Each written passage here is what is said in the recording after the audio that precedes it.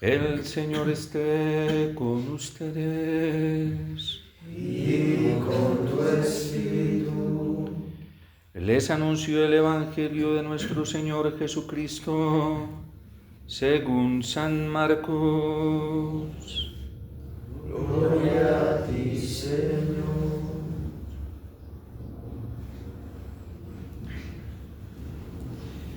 En aquel tiempo, Jesús y sus discípulos terminaron la travesía del lago y tocaron tierra en Genesaret. Apenas bajaron de la barca, la gente los reconoció y de toda aquella región acudían a él. A cualquier parte donde sabían que se encontraba, le llevaban en camilla a los enfermos. A donde quiera que llegaba, en los poblados, ciudades o caseríos, la gente le ponía a sus enfermos en la calle y le rogaba que por lo menos dejara tocar la punta de su manto. Y cuantos lo tocaban quedaban curados. Palabra del Señor. Gloria a ti, Señor Jesús.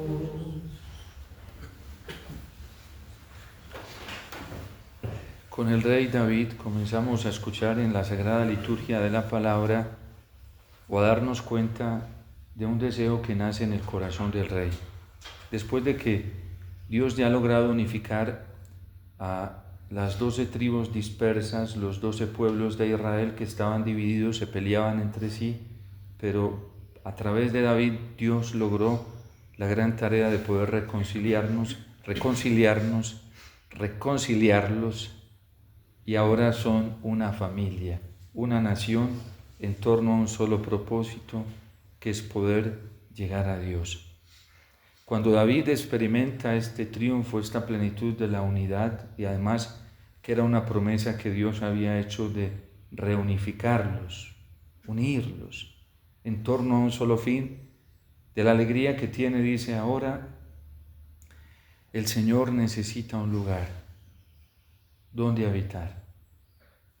Yo vivo en un palacio, en una ciudad fortificada, en torno a un pueblo que está reunido caminando conmigo hacia Dios, pero ahora Dios no tiene morada. La presencia de Dios para la fe de los judíos en tiempos de David se manifestaba plenamente, la presencia más plena, el testimonio más pleno de la presencia de Dios estaba en el Arca de la Alianza, porque el Arca de la Alianza tenía los testimonios más grandes de las manifestaciones del amor de Dios, que eran las tablas de la ley a quien Dios le había entregado, o más bien Dios le había entregado a Moisés, y unas tablas que habían sido escritas por el dedo de Dios.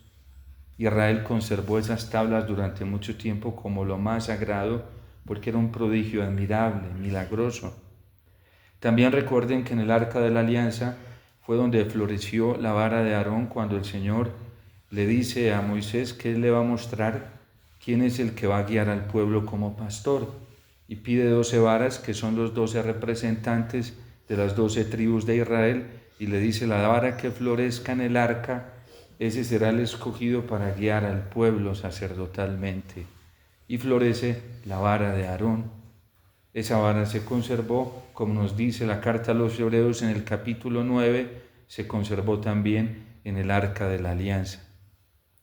Y otro prodigio muy grande, de tantos prodigios que contempló y vio el pueblo de Israel, fue que Dios les había prometido cuando los llevó al desierto que Él los iba a alimentar, que le creyeran, que Él tenía tanto poder y tanto amor por su pueblo que Él mismo se iba a encargar de alimentarlos.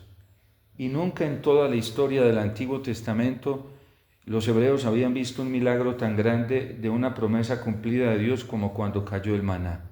Pan del cielo le llamaban. Y fue tan grande ese prodigio que conservaron el maná en el arca.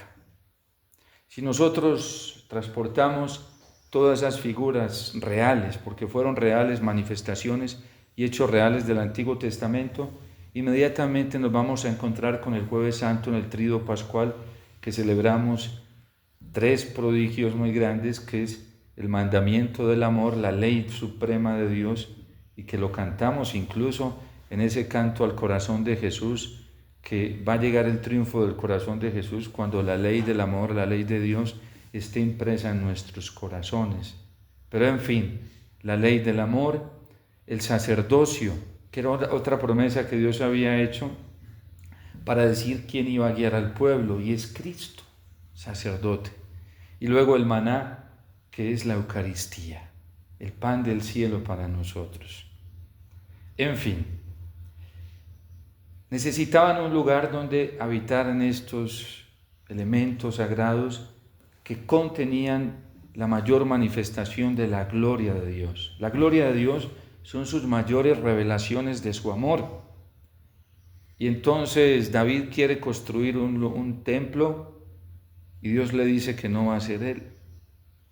Le obedece a Dios y Dios le dice que es un descendiente, y en esa fe creciente, pequeña del pueblo de Israel, pero todavía no completa, creen que es a Salomón a quien le toca y se ponen en expectativa de buscar un lugar, que es lo que nos está diciendo hoy el Salmo 31. Están buscando un lugar, anhelan un lugar donde pueda habitar el Señor, se pueda construir el templo para que esté el arca, que tiene la manifestación más grande del amor del Señor. Y en esa búsqueda de un lugar logran encontrar allá en el monte de Jerusalén, en la explanada, para construir el templo. Y hoy nos cuenta la palabra de Dios en la Biblia que Salomón lo logró. Y que fue tanta la manifestación del amor, se sentía tanto en medio de las celebraciones litúrgicas, de los sacrificios que se ofrecían, del incienso que se quemaba, de la dignidad con la que los sacerdotes estaban celebrando la liturgia. Se experimentó tanto esplendor en los cantos, en los himnos, que Salomón incluso exclama: el Señor que habita en una espesa nube hoy está con nosotros. Por eso, Señor, la casa que te he construido con magnificencia es tu morada. Salomón estaba convencido de que ese era el lugar. Y el pueblo de Israel también, por lo que estaban experimentando, se experimentaba una acción sublime del amor del Señor. Pero después la historia y la misma teología nos va a enseñar que ese no fue el lugar que Dios quería para sí. El templo de Jerusalén termina siendo destruido, el arca se pierde, las evidencias que son las tablas de la ley, el maná, la vara de Aarón se pierden. De hecho, todavía no la han podido encontrar y la están buscando algunos judíos ortodoxos. No, desaparecieron. Volvieron, intentaron, construyeron el templo otra vez, lo sabemos, después del exilio y de la destrucción de los babilonios, como con el rey Darío vuelven a levantar el templo, porque ellos siguen convencidos de que es ese, y después vuelven y se los tumban. Ya en el año 70 fue la destrucción total del templo, hasta el punto que hoy en Jerusalén solamente queda el muro de los lamentos del templo. De hecho, los judíos ortodoxos siguen esperando algún signo del cielo, porque dicen, están empeñados en volverlo a construir. Y para acabar de ajustar, tienen ahí en la explanada del templo, ahí hoy en Jerusalén, a los musulmanes, la mezquita, que se apoderaron de eso y no la quieren soltar, y se pelean ese lugar a muerte, tanto judíos como musulmanes. ¿Cuál es el lugar que el Señor quiere entonces, que el Señor desea? Es Cristo el que nos lo va a mostrar. En el capítulo 2 de San Juan, Jesús entra al templo muy enfadado. Así a veces no nos gustan esas reacciones del Señor por las heridas que tenemos. Pero esa es una manifestación de la paternidad amorosa de Dios también. Solo que quien tiene el corazón herido y no ha sanado no es capaz de ver una acción del amor de Dios en eso. Solo quien tiene el corazón sano es capaz de ver una manifestación del amor de Dios en eso. Jesús entra, hace látigos, volta las mesas y tumba las mesas de los cambistas y comienza a pegar con látigos a todo lo que vea tumbar. Y dice, ¿por qué convirtieron la casa de mi padre en una cueva de bandidos? Los judíos no entendían esa reacción de Jesús, ni siquiera los apóstoles. Y le dicen, ¿con qué autoridad haces esto? ¿Por qué lo estás haciendo? ¿Cuál es el sentido de esto que tú haces? Y Jesús dice, es que voy a destruir este templo. Y en 3 días lo voy a volver a reconstruir. Y dice San Juan bellamente, se refería al templo de su propio cuerpo. ¿Cuál es el propio cuerpo del Señor? Cada uno de nosotros. San Juan Pablo II en la teología del cuerpo, ese es el sentido sintético de la teología del cuerpo de San Juan Pablo II, demostrarnos, incluso a través de toda la fuerza de la ciencia filosófica, psicológica y aún de las ciencias positivas, él tiene una argumentación estupenda en todo eso de la teología del cuerpo, para mostrarnos cómo el primer hombre que Dios creó en ese cuerpo masculino y en ese cuerpo femenino fue una morada para sí mismo. Tanto que el Concilio Vaticano II de la Gaudium et Spes dice que Dios a la criatura que más ha amado en sí misma, por lo que es en sí misma, es al ser humano. Cuando Dios hizo al hombre, se sintió pleno, tanto que descansó, dijo, ya, llegué a la plenitud. Esta es mi plenitud. El hombre y la mujer, porque Dios lo creó como una morada. De hecho, la experiencia que Adán y Eva tenían antes de pecar era la experiencia de Dios en sí mismos. Dios se manifestaba en ellos. Adán amaba a Eva como Dios ama al hombre. Y Eva podía sentir palpablemente el amor paterno masculino de Dios, con ternura, con caricias, con abrazos, un amor puro cargado de inocencia. Por eso no sentían vergüenza.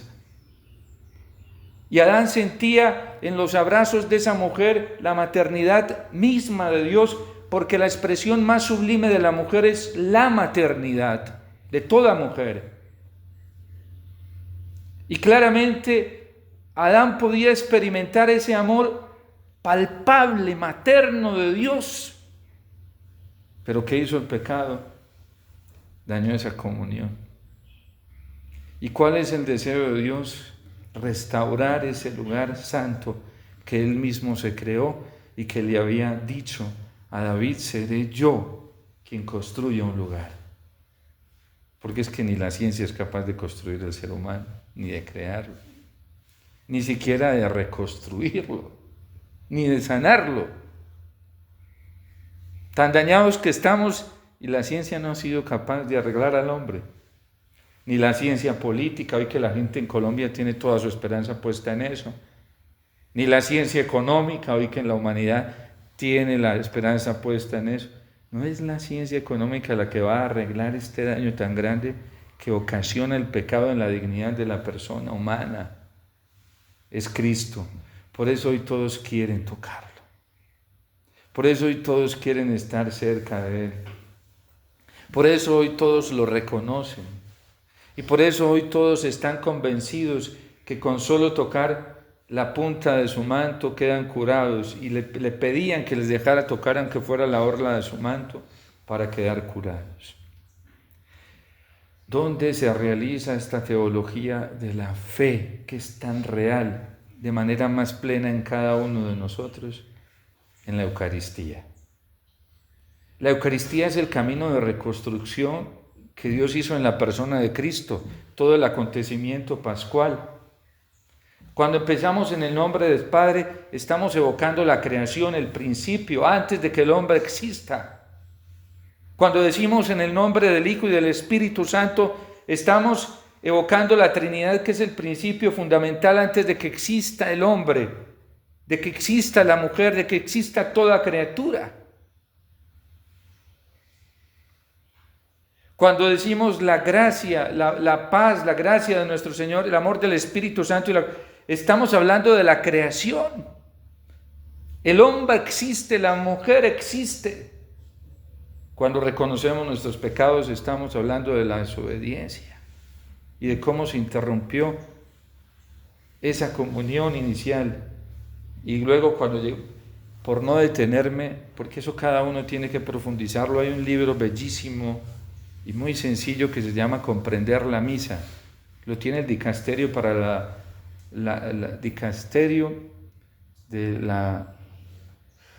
Bueno, ya se me enredó porque antes era la Congregación para el Culto Divino, ahora el dicasterio para el Culto Divino y la Disciplina de los Sacramentos, en la página oficial del Vaticano, Vatican Va. Ahí está, y ahí explican de una manera muy sencilla, pero profunda y bien fundamentada desde la teología litúrgica, la teología sacramental, desde la historia misma de los sacramentos, desde la canonicidad de los sacramentos, el sentido de la Eucaristía. Pero bueno, al final, cuando comulgamos al Señor, es la restitución plena. Cada cristiano tiene la posibilidad de experimentar lo que va a hacer después de la muerte. Ese hombre ya no solamente restaurado, sino glorificado, del que habla San Pablo, cuando Dios lo sea todo en todos. De manera que si nosotros recibimos con fe al Señor y con esa conciencia, en esos momentos de su sangre, su vida, todo su ser el que entra en nosotros, y estamos ante la restauración plena y la glorificación del hombre. Si los israelitas experimentaron tanta gloria y tanta manifestación del Señor en esa reconstrucción de un templo material, ¿cuánto no podemos experimentar nosotros cuando comulgamos? Y eso no es una fuerza psicológica o una disposición racional, de la que hay que estudiar mucho para llegar. Eso solamente sucede en corazones sencillos que están buscando al Señor, que lo anhelan, que se esfuerzan todos los días por encontrarlo, que creen que Él es capaz de hacer eso. Vuelvo y repito, no es la producción intelectual, no son las disposiciones psicológicas, no es un voluntarismo el que nos lleva a eso. Es la sencillez de un corazón que cree y le cree al Señor. Menos mal para que nosotros se desarrolle la fe o crezca, pues el fundamento principal no es lo racional. Lo racional es una ayuda para comprender la fe, que es diferente, no para experimentarla, para comprenderla y para exponerla. Las facultades humanas nos sirven mucho para expresar, para comprender. Por eso el dogma siempre puede desarrollar y evolucionar en su comprensión. Pero la experiencia la puede recibir cualquier campesino que ni siquiera estudie teología ni sepa de teología, ¿sí? Porque eso es el deseo de Dios, dice el catecismo, está impreso en el corazón de todo ser humano. ¿Y qué le toca a todo ser humano?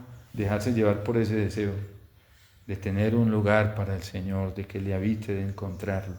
Y dice San Agustín bellamente que quien comienza a desearlo ya comienza a poseerlo. Quien no lo desea, no lo posee.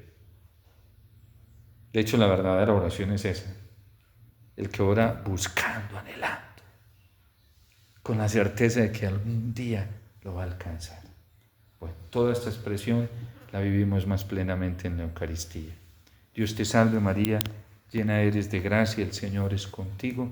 Bendita tú eres entre todas las mujeres y bendito es el fruto de tu vientre, Jesús. Santa María, Madre de Dios,